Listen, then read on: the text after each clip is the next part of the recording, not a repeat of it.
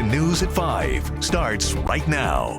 Metro Detroit underwater. Heavy downpours causing flash flooding. You don't know how deep the water is until it's too late. Several inches of rain falling in just hours. Roads and freeways impassable. I've never seen it flood like this before. Dozens of drivers stranded. You see cars already floating and sitting there, you're more than likely not going to make it through. Flooding blocking access to Metro Airport. Have you ever seen McNamara Terminal closed?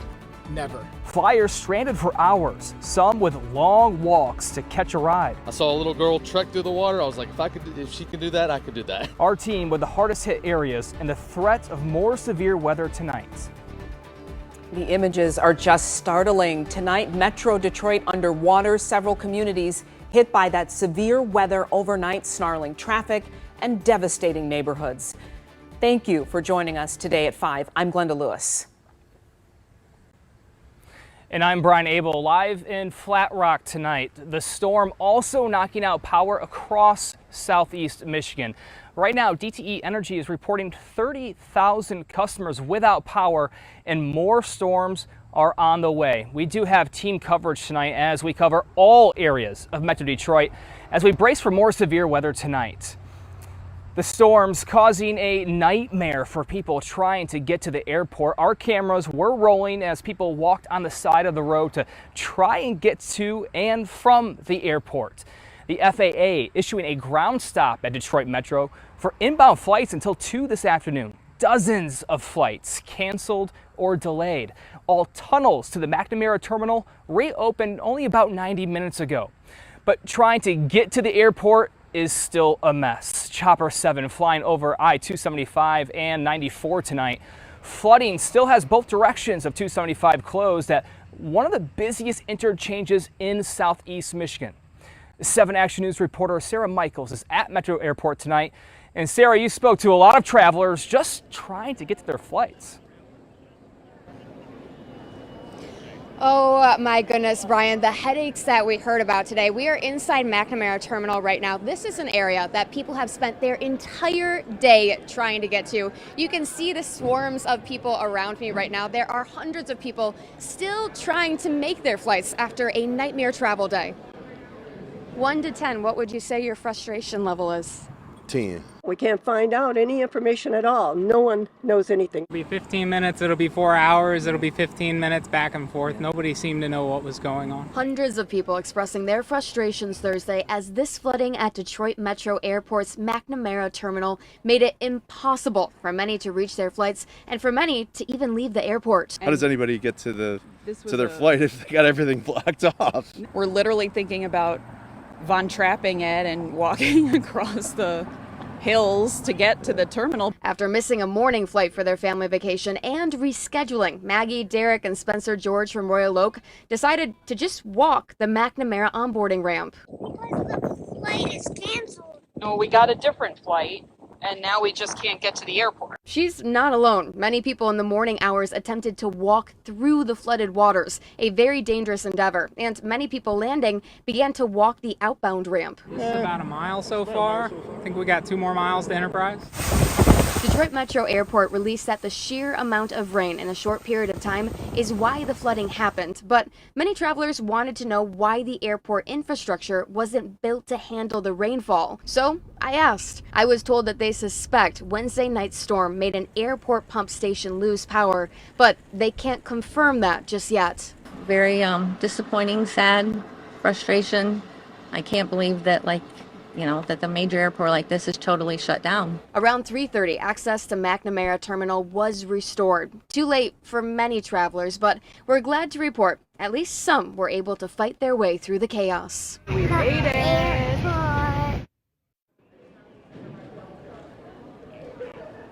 It's good to see that some people were able to make their flights today. You can see a lot of people are still trying. There have been questions as to if flooding like this has ever happened at Detroit Metro Airport before. I reached out to Airport Communications and they told me they think something similar happened in the early 2000s, but they can't confirm if it was to this caliber. Reporting live in Romulus, I'm Sarah Michaels for 7 Action News.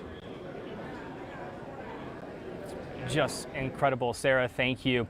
Neighborhoods across Metro Detroit inundated with rising waters. We were there as people struggled to get out of their Canton neighborhood today. 7 Action News reporter Darren Cunningham is in Canton, where people were stranded in their cars for hours today. Darren.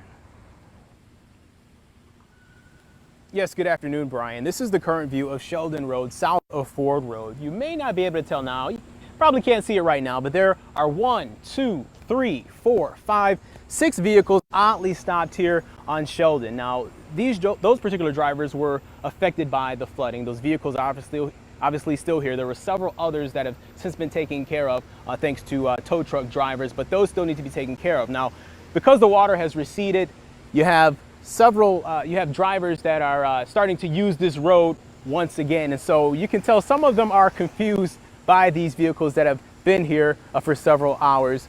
Obviously, they need to be taken care of. And now, I spoke with the Canton Township supervisor. She says the area received 4 to 5 inches of rain in an hour, and the stormwater system simply was not able to handle that volume in a short amount of time. She also told me that 225 homes have flooded basements in the western part of the township that took the brunt of the storm. A sign of flooding on Sheldon Road in Canton, where roads became impassable, and some of those who dared stalled out their vehicles. And then there are signs posted on businesses like this oral surgery office forced to close from flooded roads nearby. It's really shocking. I've never seen anything like this before. I've lived in Canton for 16 years and I've never seen it flood like this before. Denise Simon says her mother stays in the senior apartments at Sheldon and Ford Road, where water in the parking lot seeped into the building. She then called and said that it's flooding into her apartment. She's on the first floor and there's some hard surfaces that are wet and I have to get her out and I don't know how I'm going to get her out. Across the road, this shopping plaza with Kohl's is underwater. The fire and police department worked to block roads to keep people from taking a risk. That kept tow truck drivers busy. We watched one after the next haul vehicles to much drier conditions. Cameron Hooper with Arnez Towing says the morning and afternoon stayed busy. It's a lot of people that needs to stop and realize that these places are actually flooded. You know, I'm picking up some of these cars and I see people still try to come through. It's not the best idea. If you see cars already floating and sitting there, you're more than likely not going to make it through.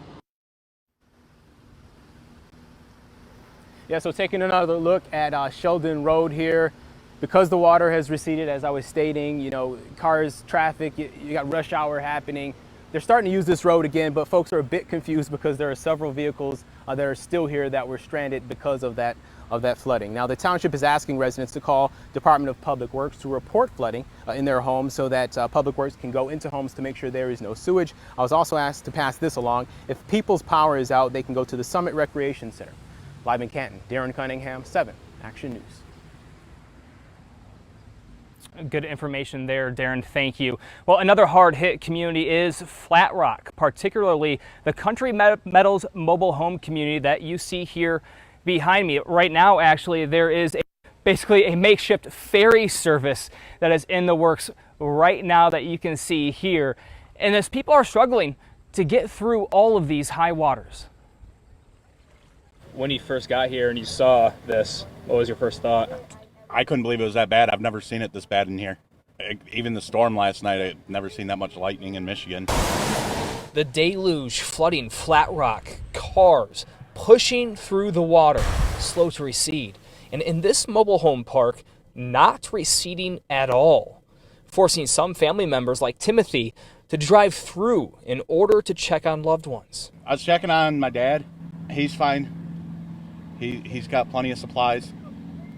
So, how's their home? It's not as bad as some of them that I've seen. So, fortunate there? Very fortunate there. His car was not as lucky. While trying to get out, it stalled. That's when neighbors of Country Meadows stepped in to push him out. There were some nice people that actually pushed us all the way up the street and got us out of the way. Without that, we would have been really stranded. Now, other vehicles were not as fortunate, like this truck that you see here behind me. That ferry service is going around right now. And there's another concern, too, the cleanliness of the water that's been forced into the cars and homes. Take a look at this. I did this right about a minute ago. You can see it's not quite clear, so there is another concern there. 7 Chief Meteorologist Dave Rexroth is tracking our next round of storms on the way. Dave. Yeah, it's tough because we could do this all again tonight. I want to take you back, though, and show you what happened last night. The heaviest swath worked from Livingston County through eastern Washington, southwest Oakland County, a good chunk of Wayne County, including the airport there again, then down to River into Monroe County. 2 to 7 inches in that area for a lot of numbers. 7.36 in Belleville, Carlton almost 6, 5 in South Rockwood. The number at Metro Airport was 3.1. Came at a very quick time. Milford about the same idea, about 331, 326 in Monroe as well. Plymouth almost 4 inches. That's tough. South Rockwood almost 5. So we're waiting for the next round to get started. It has not done that yet, but the heat and humidity are building, and it looks like what will happen is things will move from northwest to southeast. This risk level, this enhanced risk level, is higher than what we had last night. That obviously is not a good deal. Somewhere between early to mid-evening, this gets started, wrapping up around midnight or shortly after.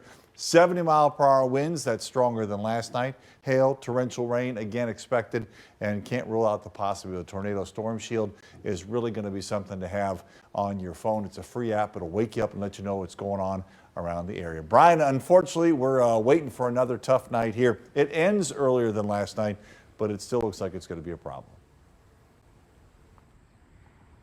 And that's exactly what the people here in this community are worried about, Dave, because this is all that the water has gone down to since that last round of storms as they brace for round 2. So you can just imagine that they're fearing the worst, Glenda. Trying to band together for mobility around their own neighborhood. Thanks a lot, partner. Appreciate you, Brian. Stay with 7 Action News on air and online for continuing coverage of the storms, the aftermath in Metro Detroit, and with a chance for more severe weather this evening. We will keep you updated on air and on WXYZ.com. Now to 3 people who are officially charged with kidnapping twin brothers who were just 14 days old at the time. That scare earlier this week triggered an Amber Alert. Well, this afternoon, a magistrate denying bond for Curtis Slay, Davion Chandler, and Chantel Jones, all from Detroit. They're 18, 19, and 23 years old. They're accused of taking the babies Sunday night from a hotel in Livonia. Those siblings were later turned in to Detroit police. Prosecutor Kim Worthy saying Jones became friends with the baby's mother while plotting with the other 2 to steal those boys. The suspects are facing various charges, and that includes kidnapping, child enticement. If they're convicted of the most serious charges, they could get life in prison. Rescue crews have been searching for a missing person on Walled Lake. An empty boat turned up around 1 o'clock this morning in the middle of the lake. The Marine Division from the Oakland County Sheriff's Department has been looking for that person. Police and fire departments from Walled Lake, Novi also involved in that search. We'll, of course, keep you updated as soon as we hear more about this investigation. Power problems ahead on 7 Action News at 5:30. The hundreds out in Commerce Township after power poles snapped overnight. Also next on 7 Action News, Trump to report. The former president expected to surrender in Georgia tonight. Which of his associates also landed in jail today?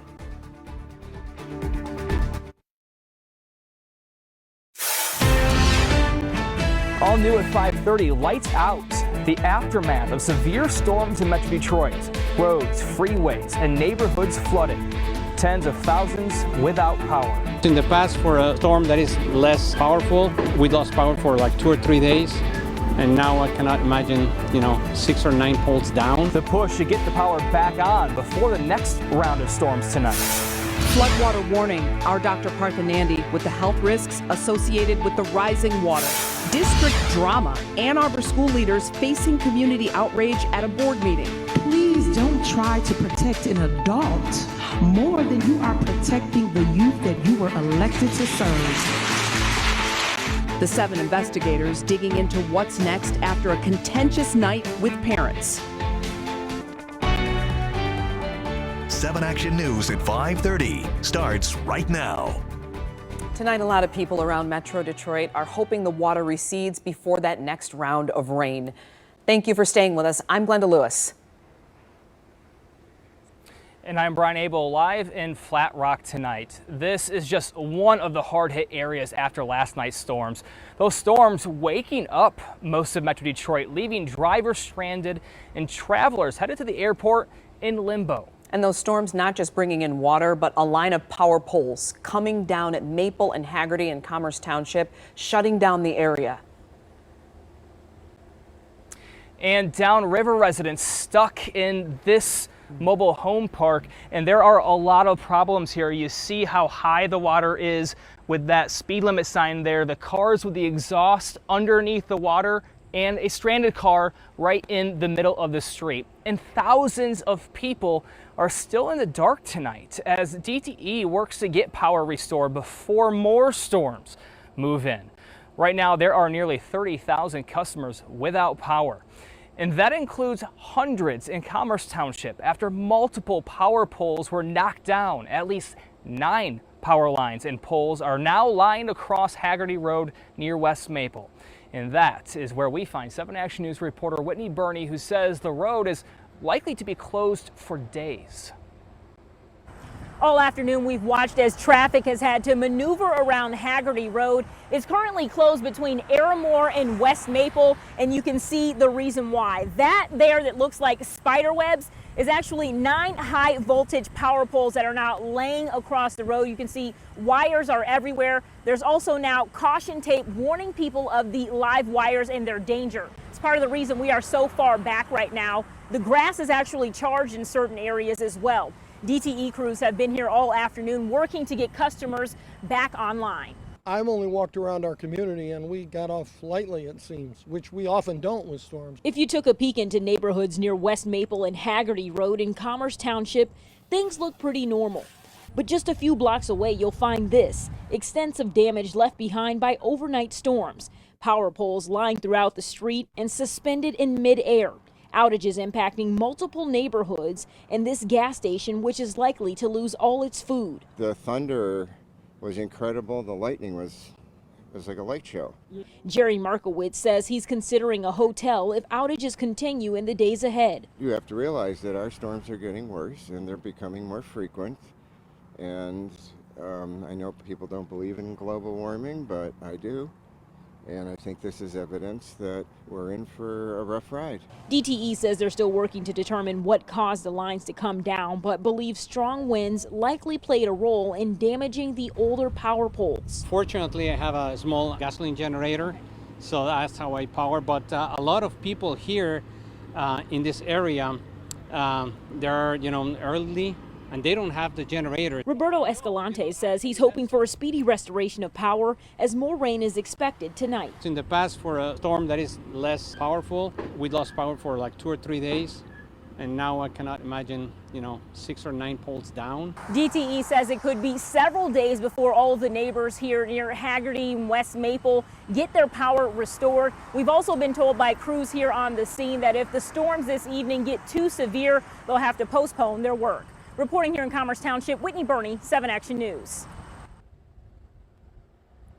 Hopefully crews work quickly for those people there, Whitney. Thank you. Back here in Flat Rock, we've also seen emergency crews have to find some creative ways to get through these high waters. And Glenda, we've also seen some damage to these homes created by people going through the water and those waves crashing to the sides of these homes. Glenda? Yeah, so it's one problem building on another one out there, Brian. Thank you so much for the update. Well, on our health alert, the weather has many Michiganders on edge. Flooding combined with the high temperature and humidity we're experiencing today can have a real impact on your well-being.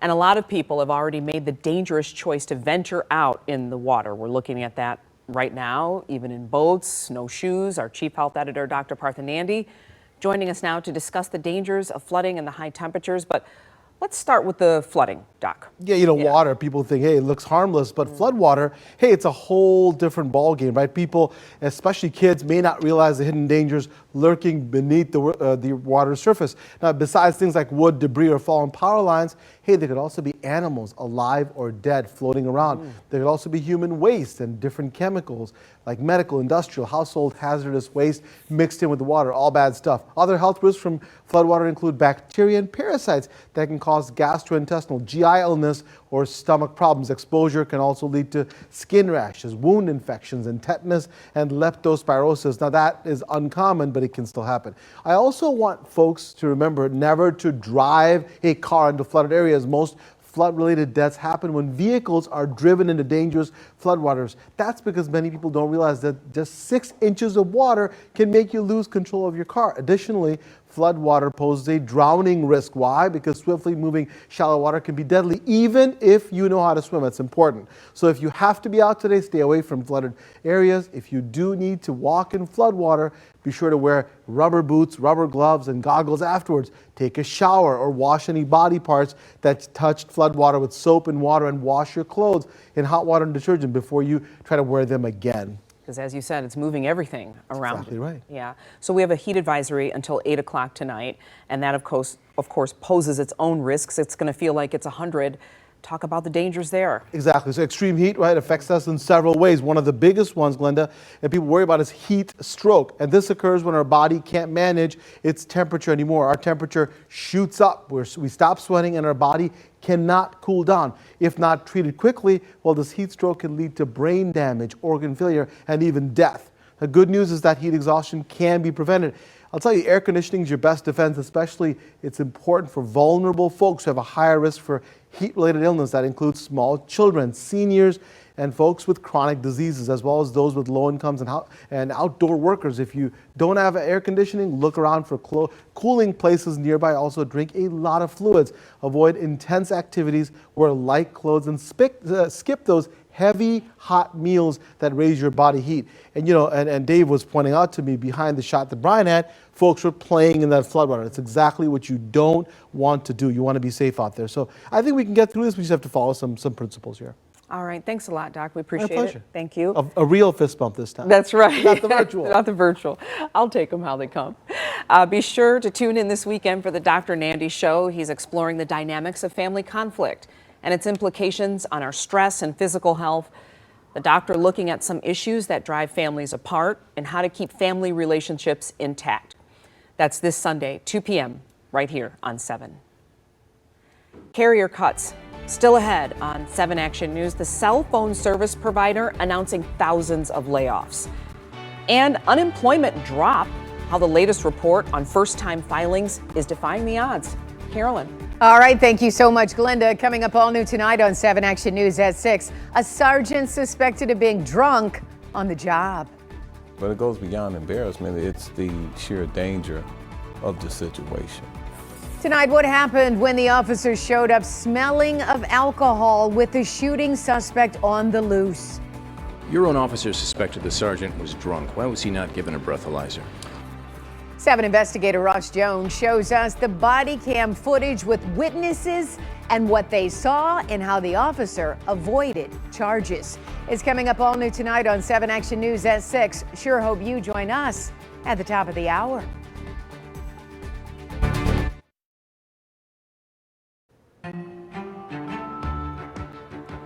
After a heated school board meeting in Ann Arbor, there's still no word on the fate of the district superintendent. Last night, the board listened to hours of passionate speeches from parents and community leaders. 7 investigator Heather Catallo with the latest. Please don't try to protect an adult more than you are protecting the youth that you were elected to serve.